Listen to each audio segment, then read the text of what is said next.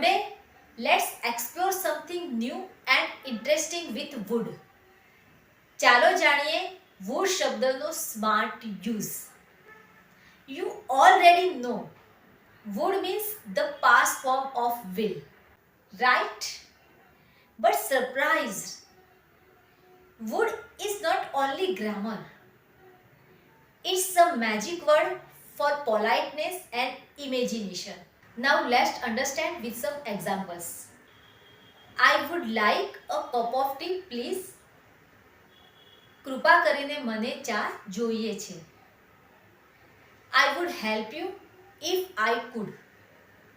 જો હું કરી શકું તો તમને મદદ કરીશ. He would often visit us. તે ઘણીવાર અમારી મુલાકાત લે છે.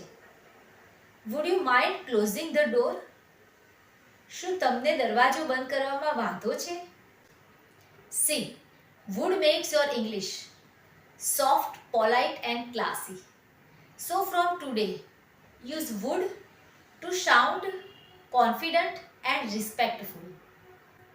Because fluent English isn't about big words. It's about smart and kind words. Follow to Pragna Patel Easy Speak English, where English meets confidence and kindness.